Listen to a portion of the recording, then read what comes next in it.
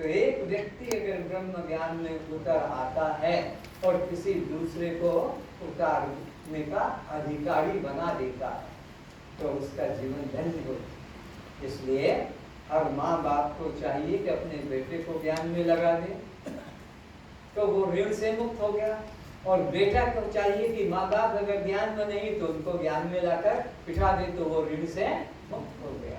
और शिष्य का कि कोई अपने और एक साथी को मित्र को ज्ञान में लाके लगा दे तो वो गुरु ऋण से मुक्त हो गया। गुरु ऋण कब तक है? जब तक तुमने अपने को किसी एक व्यक्ति को इसका पात्र नहीं बनाया, तब तक ऋण है। तुम तो मुक्त हो गए लेकिन किसी एक को और रास्ता खोलना है तो अपनी बुद्धि के द्वारा एक रास्ता निकाला। जैसे पोस्ट ऑफिस में एक अकाउंट होता है, घर घर आकर वो पैसा 10 रुपया 20 रुपया रख के जमा कर दे तो ले जाता है। कभी कभी नहीं भी दोगे तो वो खाली जाएगा। ये निरंजन भिखारी रोज रात को तुम्हारे द्वार पर आकर दरवाजा खटखटाएगा नहीं, बस भिक्षाम देहि भिक्षाम देहि भिक्षाम देहि, बस ये मांगता है। इस वक्त पर जब तुम्हारा घर का सब काम पूरा हो गया, सब काम, पति की सेवा, पत्नी की सेवा, बच्चों की सेवा, मालिक की सेवा, शरीर की भी जो सेवा, उस वक्त पर भिक्षाम देहि, तो क्या दोगे? दरवाजा खोलकर बाहर आना कि भिक्षा मत करना, वहीं पर विचारना कि आज मुझे सुबह से अभी तक अपने दृष्टा साक्षी आत्म स्वरूप का स्मरण जगा कि नहीं जगा। बस नहीं भी जगा तो अभी जग जाएगा। ये भिखारी तुमको बिना कर्ज बिना चुकाए सोने नहीं देगा, ये तुम्हें गुरु ऋण चुकाना होगा। किस रूप में चुकाओगे? मैं दृष्टा साक्षी आत्मा हूँ। बस ये एक बार भी जग गया, एक बार भी ये विचार आ गया तो तुम कर्ज से मुक्त हो गए। प्रतिदिन बिना कर्ज चुकाए सोना मत, और सुबह उठते ही उसका स्वाध्याय करो। एक और गुप्त बात बताओ, भगवान ने तो नहीं बताया है, भगवान ने तो इतना ही कहा है कि जो जिसका चिंतन करते प्राण छोड़ता है मैं उसको वही प्राप्ति करा देता, और जो मेरा चिंतन करते हुए प्राण छोड़ता है तो वो मुझको प्राप्त।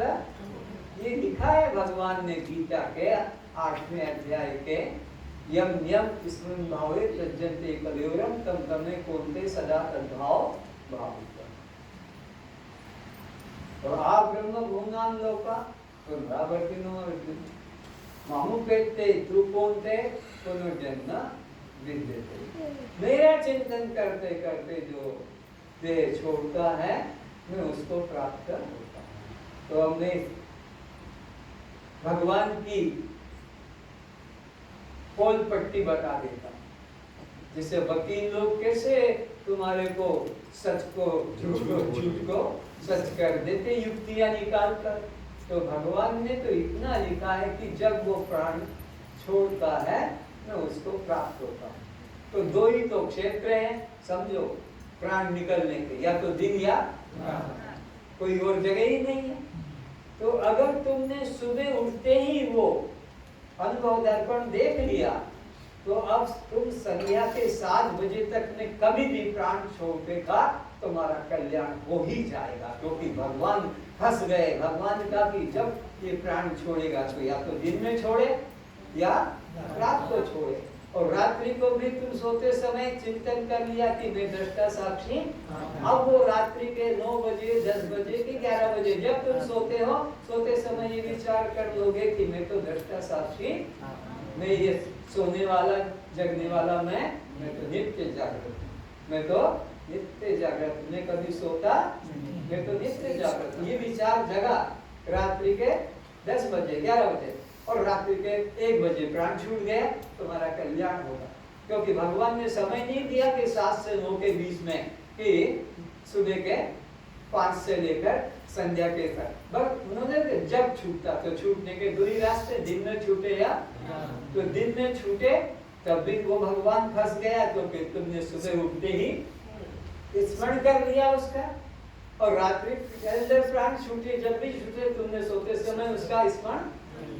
बोलो इस सिद्धांत को कोई काट सकता है? दुनिया में कोई विद्वान नहीं काट सकता, क्योंकि भगवान ने गीता में लिखा है कि वो जब प्राण छोड़ेगा मेरा चिंतन करते हुए मुझको ही। तो ये सौभाग्य है आपका कि आप दिन में भी उसका चिंतन करके अपने काम में लगे रहो, रात्रि को भी अपना चिंतन करके और सो जाओ, तो आपका तो कल्याण दोनों हाथों में है। अब जिन लोगों ने इस शिविर का आयोजन किया और अपना दिन रात मेहनत करके तन से मन से धन से, और आपके लिए कैसा ये राजमहल तैयार कर दिया, कितना आराम से कुर्सी पे आके बैठते हो, कितना साफ सुख मिल जाता है आपको, सारी सुविधा कैसे हुआ? इसके लिए किसी ने तन मन धन का त्याग किया है, तो उनको मैं धन्यवाद देता हूँ कि सर्वे भवन्तु सुखिनः, उनके घर परिवार में सब प्रसन्न रहे, सुख रहे, सुखी रहे। तो उन्होंने, अगर वो ये विचार नहीं करते, अपना जेब का धन ना निकालते, अपने को घर से बाहर न निकालते, तो ये आयोजन नहीं होता। तो उन सबको मैं धन्यवाद करता हूँ जिन्होंने आपको यहाँ आने की प्रेरणा दी और आपको यह लाभ मिला। सब धन्यवाद के पात्र। इस बीच में मेरे द्वारा कुछ भूल हो गई है, तो उसके लिए मैं बार बार क्षमा चाहता हूँ, क्योंकि मेरी कुछ दुष्ट स्वभाव है, जरा सा भी उटपटांग होगा, गलत होगा तो मुझसे सहा नहीं जाता, मैं बोल देता हूँ। तो मैं अपने कान भी पकड़ लेता हूँ और हाथ जोड़ कर प्रार्थना करता हूँ कि मेरे द्वारा किसी भाई बहन को बुरा लगा हो तो क्षमा। अब अध्यात्म की बात पूरी हुई, अब थोड़ी देह संबंधी चर्चा कर देता हूँ। हर व्यक्ति सुख चाहता, सुखी जीवन चाहता है, तो कैसे सुखी होगा? तो उपनिषद कहता आहार शुद्धो सत्व शुद्धि, सत्व शुद्धि ध्रुवा स्मृति, स्मृति लब्ध्वा सर्वग्रंथि विपरीत। आहार शुद्ध होगा तो मन शुद्ध होगा, और मन शुद्ध होगा तो बुद्धि शुद्ध होगी, और बुद्धि शुद्ध होगी तो ज्ञान शुद्ध होगा, तो ज्ञान शुद्ध, शुद्ध ज्ञान यानी वेदांत ज्ञान, आत्म ज्ञान, ब्रह्म ज्ञान, ज्ञान शुद्ध है तो मुक्ति है। तो हमारा आहार कैसा होना चाहिए? पति की वृत्ति के साथ पत्नी की वृत्ति होगी तो प्यार रहेगा, पत्नी की वृत्ति के साथ पति की वृत्ति जुड़ी रहेगी तो प्यार रहेगा।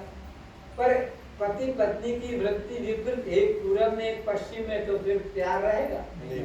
रात दिन झगड़ा, रात दिन अशांति। तो जो परमात्मा की वृत्ति है उसके साथ भक्ति वृत्ति जुड़ जाए, भक्ति की वृत्ति और परमात्मा की वृत्ति एक हो जाए, तो भगवान की वृत्ति क्या है? भगवान कहते हैं पत्रम पुष्पम फलम तोयम यो में भक्ता प्रयच्छति। जो मुझे श्रद्धा से मेरे भक्त पत्र पुष्प फल अन्न जल देता है, मैं उसको श्रद्धा से खाता हूँ। और मैंने अन्न भी 4 प्रकार के बनाए, चबाने वाला, चाटने वाला, चूसने वाला और पीने वाला। आज आपको उन चारों अन्न का यहाँ अनुभव भी कराया जाएगा। तो भगवान कहते हैं जो मुझे देता है मैं प्रीति से उसे ग्रहण करता हूँ। एक दिन मंदिर भी बनवाया था क्लास में, और एक देवी आई थी पूजा करने, और फिर उसने मेरे को प्रसाद दिया। तो भगवान के आगे जो रखा जाता है फिर उसको ग्रहण किया जाता है, वो प्रसाद कहलाता है। भगवान को प्रसाद नहीं दिया जाता। लोग कहते हैं हमने भगवान को प्रसाद चढ़ाया। अरे भगवान को चढ़ाया है भोग, तब वो प्रसाद बना है। तो इधर तुम जो डालोगे, पहले सोचना ये भगवान के मंदिर में रखने योग्य है, तो फिर इधर आना और देखते हो कि भगवान के मंदिर में तो कभी रखा, तो उसको फिर छूना भी नहीं, फेंक देना, कभी मत ग्रहण करना। समझ में आ रहा है? भगवान के मंदिर में जो नहीं रखा जा सकता, कौन कौन सा? जैसे तुम्हारा मांस, मछली, अंडा, शराब, गांजा, भांग, गुटखा, पुड़िया, लहसुन, प्याज इत्यादि। कोई बीमारी के कारण वैद्य कह दे कि तुम्हें लहसुन के रस में ये दवा लेना है, तो मजबूरी है वहाँ। लेकिन अंडा बोल दिया तो मेरे को अंडा खाना पड़ता है, मांस बोल दिया ना, ये तो फिर तुम्हारी जीवा की लालसा हो गई। रोग के लिए अगर कोई वैद्य बताता, वैद्य बताएगा यह बात। और एलोपैथिक वाले तो वो सीधा मांस, मछली, अंडा आदि की चीजें बताएंगे, विटामिन बढ़ाओ, तुम्हारा योग कम हो गया है, तो इससे तो ये हमको आहार लेना है, कौन सा? जो मंदिर में रखा जाता है। आगे बात समझ में? मंदिर में क्या क्या नहीं रख सकते हो वो तुम्हें मालूम है, पूजा करने वालों सबको मालूम है। तो इस असली मंदिर में असली भगवान को क्या देना है, ये भगवान ने खुद ने 9 अध्याय के 26 श्लोक में सबको बताया है। अब आगे की बात करते हैं। भगवान श्री राम को वनवास मिल गया, राजा के बेटे हैं, कोई भिखारी के बेटे नहीं। घर से कोई प्रकार का रसोइया लेके नहीं गए, कोई प्रकार का खाद्य सामग्री लेके नहीं गए और निकल गए।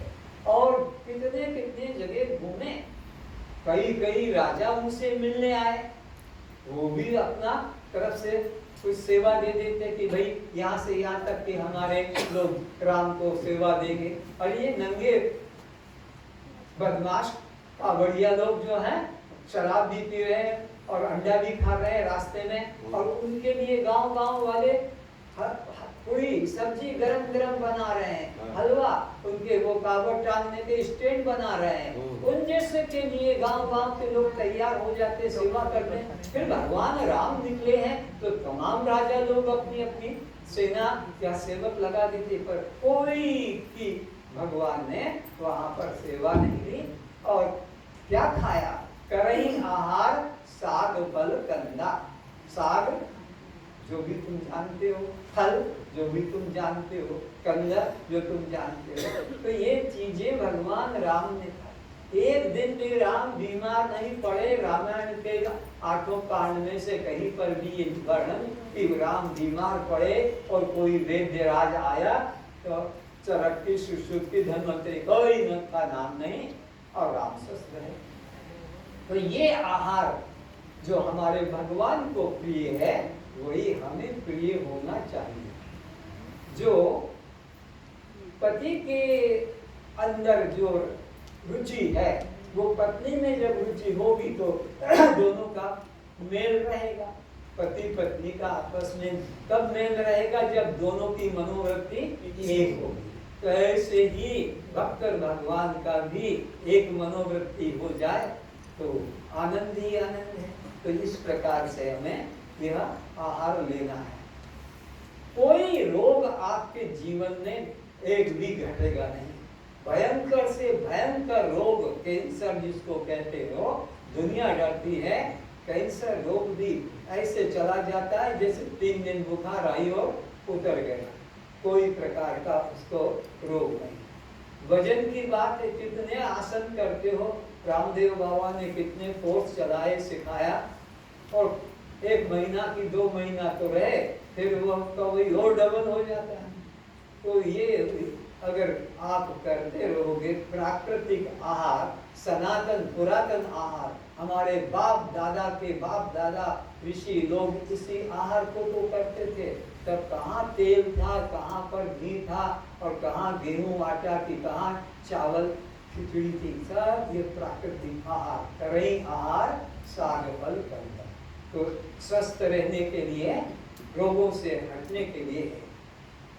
एक महीने में तुम चाहोगे तो 5 केजी, जब 1 महीना तो ज्यादा बता दिया, बल्कि 15 दिन और भी कम, 10 दिन में तुम 5 केजी वजन कम कर लोगे।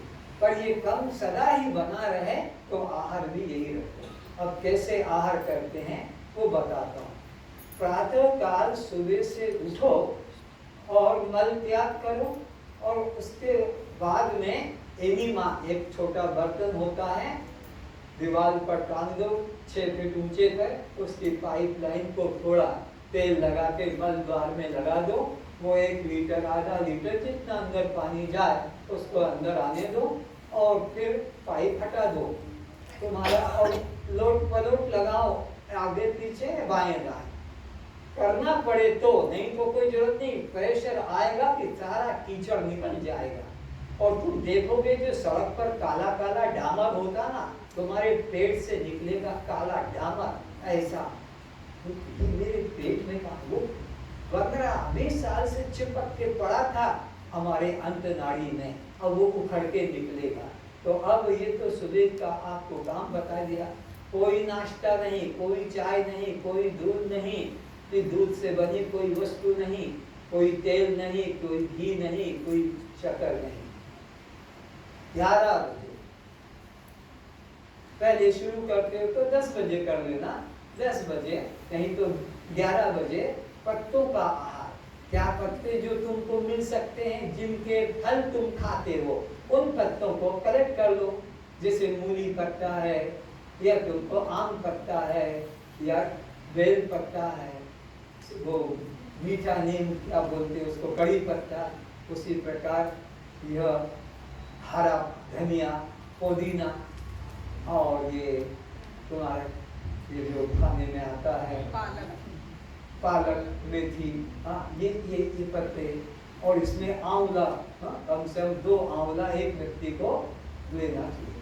और इसको तुम पीस लो और छान लो, और उसमें स्वाद के लिए थोड़ा सा चाहो तो नमक और नींबू मिला दो, टेस्ट के लिए थोड़ा गुड़। आज अभी क्या खाया होगा, दिया था तो वो कहा जाता है ग्रीन जूस।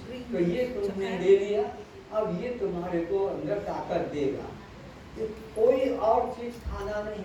अब फिर भूख लगेगी 2 घंटे बाद, नहीं रुक पाते हो 1.5 घंटे बाद, फिर तुम केला खा लो, आम खा लो, ककड़ी खा लो, खरबूजा खा लो, जो तुमको सस्ता से सस्ता सीजनल मिले।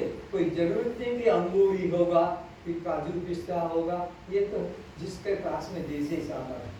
क्योंकि उपवास तो तुम करते ही आ रहे हो, और उपवास में सब यही चीजें खाई जाती है। चाहे वो दुर्गा पूजा का करते हो, कि तुम गणेश चतुर्थी का, कि लक्ष्मी पूजा का उपवास, एकादशी का, यही खाया जाता है। फिर तुमको भूख लगे तो फिर आप रस बना लो, गाजर का रस ले लो, पालक का रस ले लो, मूली का रस ले लो। ये अमृत है, अमृत। ये तब लगेगा पता जब तुम्हारा शरीर का वजन तुम जो चाहते हो उतना घटने लगेगा। और फिर रात्रि को नहीं रहा जाता है, भूख लग रही है तो रोटी, 2 रोटी खा लो, लेकिन 4 कटोरी सब्जी खा। 1 रोटी खाते हो तो 2 कटोरी सब्जी उबली हुई, और कोई मिर्च मसाला मत डालना, चाट मसाला, चना मसाला, ये मसाला इससे तो सब गड़बड़ हो रहा है। ये जिह्वा का, ये जिह्वा लूली की बात मत मानो, ये लूली तुमको दुख देगी। ये तो और जितने में तुम्हारा भूख मिटेगा उतना ही ये ग्रहण होगा, ज्यादा नहीं खाया जाएगा। और मिर्च मसाले वाले तो और दो और दो और दो, ये क्योंकि स्वाद लग रहा ना, ये पेट को जितना जरूरत है उतना वो ले लेगा। और रात्रि को पहले एक बार और एनीमा ले लेना, खाने के पहले, सोने के पहले एक बार और एनीमा, वो जो सब कीचड़ तुम्हारा निकलेगा। तो दिन में 2 बार एनीमा हुआ। सुबह से कुछ खाना नहीं, 11 बजे जूस लेना जो आज दिया, फिर भूख लगेगी तो फिर फल लेना जो आपको दिए जाएंगे अभी, और उसके बाद में दिन में भी फल खा सकते हो। आपको जैसी सुविधा हो ड्राई फ्रूट्स की ग्रीन रात्रि को भी फिर संध्या को एनिमा लेना और फल खाकर सो दो और अच्छी बात है, सोने में सुगंध नहीं तो रोटी खाओ, यानी टट्टी को अंदर भरो और फिर टट्टी को निकालो। ये मल है ना, ये उसी से तो बन रहा है, तो ये आप कर सकते हो, आप करो। एक सप्ताह के अंदर देखो कितना पुराने घुटने का दर्द हो, कि कमर का दर्द हो, कि सर का दर्द हो, कि पेट का दर्द हो, एक सप्ताह 3 दिन में ही आपको जादू जैसा लगेगा। और इसका विस्तार से जानना है तो YouTube में एक बीवी चौहान है, गुजराती भाई, रिटायर्ड इंजीनियर, वो अपना सारे संसार में उनके शिविर चलते हैं, इसमें भी बुलाया था और उनका शिविर लगवाया। 5 दिन का उनका शिविर होता है। डॉक्टर कहते हैं अंगूर मत खाना, केला मत खाना, आम मत खाना। वो 5 दिन का शिविर में केवल अंगूर खिलाकर तुम्हें रखेंगे, केवल आम खिलाकर रखेंगे। जीवन में तुमने 5 दिन आम खाया नहीं होगा, क्योंकि महंगा भी आता है और कितना खाओगे, लेकिन 5 दिन आम खाकर। अभी जो शिविर लगने जा रहा है नासिक में, उनका यहाँ के कई मेरे प्रेमी भाई लोग हैं, पहले वो जाएंगे, उसमें भाग लेंगे 5 दिन, और वो आम खाकर भी उसमें 5 दिन रहेंगे। फिर वो पद्धति सीख लो एक बार, फिर जीवन भर अपना रहना। तो ये स्वास्थ्य के संबंध में मेरा है। तो अब यहाँ पहले सब सामान लाकर रख दिया गया है। बहुत समय थोड़ा था, इस कारण से अधिक सेवा में नहीं कर पाया। अब अपने हाथ में थाली उठाना और 1 नंबर जहाँ पर है देने का, वहाँ खड़े हो जाना। वो उसमें एक सामान डालेंगे, 10 चीजें हैं तो 10 लोग देने वाले भी हैं। और पीने के लिए भी आपको छाछ दी जाएगी, लेकिन दूध की नहीं होगी, दही से नहीं होगी। बिना दूध दही के कैसी छाछ बनती है आप लोग फिर जानेंगे। तो यह बच्चे भी साथ में होंगे, तो उनको भी तुम संभालना, कहीं वो झूठा ना छोड़े।